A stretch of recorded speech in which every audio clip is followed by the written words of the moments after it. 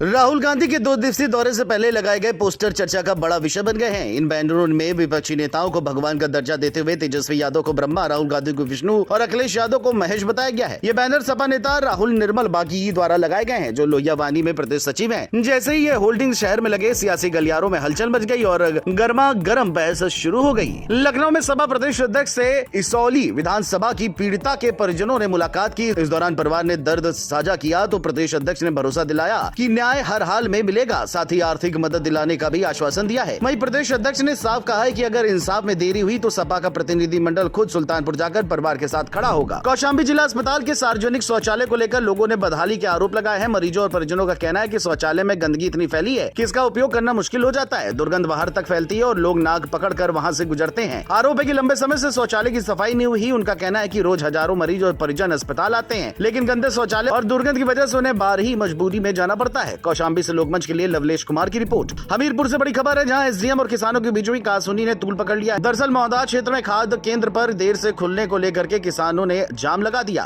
वहीं मौके पहुंचे एसडीएम करणवीर सिंह और किसानों के बीच कहासुनी हो गई। किसानों का आरोप है कि जब वे अपनी समस्या रख रहे थे तभी एसडीएम ने अपमानजनक भाषा का इस्तेमाल किया और उन्हें धमकाया। इस दौरान एसडीएम का वीडियो सोशल मीडिया पर तेजी से फैल गया। किसानों का कहना है कि उन्हें समय पर खाद नहीं मिल रही है। मामला बढ़ने के बाद अब प्रशासन पर सवाल उठ रहे हैं और जांच की मांग की जा रही है। हमीरपुर से लोकमंच के लिए विवेक पाल की रिपोर्ट। बागपत के टिकरी कस्बे में दिल दहलाने वाली घटना सामने आई है, जहां पारिवारिक विवाद के बीच महिला ने अपनी 3 बेटियों की जान ले ली और खुद की भी जिंदगी खत्म कर ली। जानकारी के मुताबिक महिला का अपने पति विकास से दिल्ली जाकर रहने को लेकर विवाद चल रहा था। घटना के समय पति घर के बाहर था। जब उसने दरवाजा खटखटाया तो कोई जवाब नहीं मिला। पुलिस पहुंची तो कमरे के अंदर महिला और बच्चियों के शव मिले। बागपत से लोकमंच के लिए राजू भारद्वाज की रिपोर्ट। राम मंदिर ट्रस्ट की बैठक में बड़ा फैसला लिया गया है। कामेश्वर चौपाल के निधन से खाली हुए पद पर हरदोई निवासी कृष्ण मोहन को नया सदस्य चुना गया है। ट्रस्ट ने उनके सामाजिक कार्य और संगठन में लंबे योगदान को देखते हुए जिम्मेदारी दी है। बता दें कृष्ण मोहन साहबाद के सिकंदरपुर के मूल निवासी हैं, जो 1979 में भारतीय वन सेवा में चुने गए और नागपुर में रहते हुए संघ से जुड़े थे। 2012 में रिटायर होने के बाद हरदोई लौटकर समाज सेवा में सक्रिय हो गए। चयन के बाद उन्होंने कहा कि ये सम्मान और जिम्मेदारी दोनों है। क्षेत्र में इस निर्णय से खुशी का माहौल है। हरदोई से लोकमंच के लिए पुलकित शुक्ला की रिपोर्ट। कुशीनगर से खबर है, जहां पर तमकुही राज ब्लॉक में सरस्वती पब्लिक स्कूल को लेकर बड़ा मामला सामने आया है। आरोप है स्कूल बिना मान्यता के चल रहा है। बताया जा रहा है कि करीब 1 माह पहले एसडीएम और बीईओ ने इस विद्यालय को सील कराया था, लेकिन इसके बावजूद पढ़ाई जारी है। स्थानीय लोगों का कहना है कि अधिकारियों की अनदेखी के कारण विद्यालय लगातार संचालित हो रहा है। वहीं स्कूल संचालक ने भी बीईओ पर आरोप लगाए हैं। गोंडा से बड़ी खबर है, जहां पर वजीरगंज थाना क्षेत्र में अयोध्या रोड अनभूला के पास ट्रैक्टर और ट्रॉली की टक्कर से बड़ा हादसा हो गया, जिसमें 4 साल के बच्चे की मौत हो गई, जबकि उसकी मां और दादा गंभीर रूप से घायल हो गए। बताया जा रहा है कि दादा अपनी बहू को बंदर के काटने के बाद अस्पताल का टीका लगवाने ले गए थे और घर लौटते समय ये दुर्घटना हुई। हादसे की सूचना पर पुलिस मौके पहुंची और बच्चे के शव को पोस्टमार्टम के लिए भेज दिया। साथ ही मामले की जांच शुरू कर दी है। श्रावस्ती में भारत नेपाल सीमा पर सुरक्षा व्यवस्था और कड़ी कर दी गई है। एसपी के निर्देश पर सिरसिया थाना पुलिस और एसएसबी की संयुक्त टीम ने सीमाई इलाकों का निरीक्षण किया। सुइया, भरथा,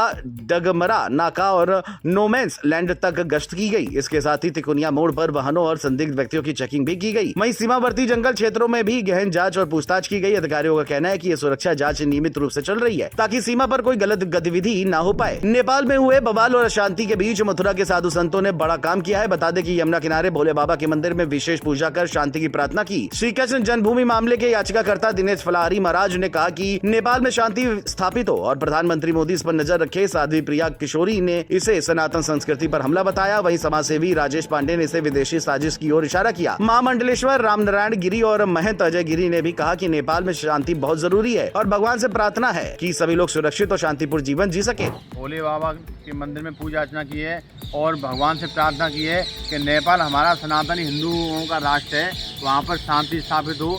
और मोदी जी से भी आपके चैनल के माध्यम से प्रार्थना कर रहे हैं कि नेपाल में आप नजर रखें, क्योंकि नेपाल में कुछ अंतर्राष्ट्रीय षड्यंत्र होने जा रहा है। मथुरा से लोकमंच के लिए प्रेम चतुर्वेदी की रिपोर्ट। कासगंज से बड़ी खबर है, जहां सिरपुरा थाना क्षेत्र के गांव कायमपुर में उस वक्त अफरा तफरी दिखी जब हनुमान मंदिर पर हुई कथा के बाद लोगों ने भंडारा खा लिया। बताया जा रहा है कि अगले दिन बचे हुए भंडारे को खाने को 200 से ज्यादा लोगों की तबीयत खराब हो गई। लोगों को उल्टी, दस्त और पेट दर्द की शिकायत होने लगी और सभी मरीजों को गंज डुडवारा और सिरपुरा के स्वास्थ्य केंद्र में भर्ती कराया गया। इनमें से करीब 2 दर्जन लोगों की हालत ज्यादा खराब बताई जा रही है, जिन्हें जिला अस्पताल रेफर कर दिया गया है। मेरे गाँव में भंडारा हुआ तो शाम को सबने खाना खाया। उस टाइम तो सब ठीक थे, और सुबह सुबह जो खाना बचा था वो बांटा गया, तो उसमें सबने खाना खाया तो हो गए 250-300 लोग बीमार हैं अभी।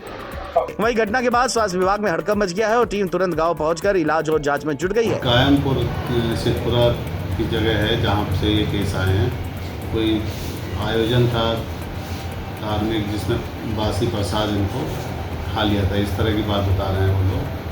और फूड पॉइजनिंग तो है ही वो, तो उसमें काफ़ी थोड़ा परेशानी हो रही है उन लोगों को, उल्टियाँ और जो मोशन है वो रुक नहीं रहे। कासगंज से लोकमंच के लिए जुम्मन कुरैशी की रिपोर्ट। चित्रकूट से खबर है, जहां मानिकपुर ब्लॉक में संभव अभियान 5 और राष्ट्रीय पोषण माह के मौके पर कुपोषित बच्चों के 80 परिवारों को पोषण किट और दवाइयां दी गई। कार्यक्रम में आकांक्षा समिति और रेड क्रॉस सोसाइटी के अध्यक्ष डॉक्टर अनुषा टीआर ने लोगों को आसान तरीके से समझाया कि कुपोषण से कैसे बचा जा सकता है। उन्होंने कहा कि गर्भवती महिलाएं समय पर अपना पंजीकरण कराएं और डॉक्टर की सलाह से आयरन और कैल्शियम की दवाएं ले। चित्रकूट से लोकमंच के लिए दिनेश सिंह कुशवाहा की रिपोर्ट। इस बीच अगली खबर जौनपुर से है, जहाँ नाले में करंट लगने से 3 लोगों की मौत के मामले में सपा महिला सभा ने जिलाधिकारी को ज्ञापन सौंपा। सपा ने पीड़ित परिवार को 50 लाख रुपए मुआवजा और सरकारी नौकरी देने की मांग की, साथ ही जिम्मेदार लोगों पर कार्रवाई की मांग की। बता दें कि अगस्त में मछली शहर पड़ाव के पास हुए हादसे में महिला समेत 3 लोगों की जान चली गई थी। जिलाधिकारी ने बताया कि परिवार को सरकारी मदद दी गई है और मामले की जाँच चल रही है। पुलिस अधीक्षक ने थाने को जाँच के आदेश दिए हैं। पीड़ित परिवार ने भी लापरवाही करने वालों पर कार्रवाई की मांग की है।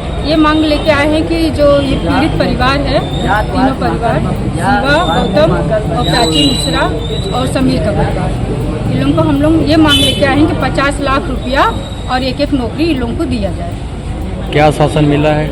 आश्वासन ये मिला है कि हम 50 लाख नहीं दे सकते, जो सरकार की मीटिंग है 5 लाख वही दे सकते हैं।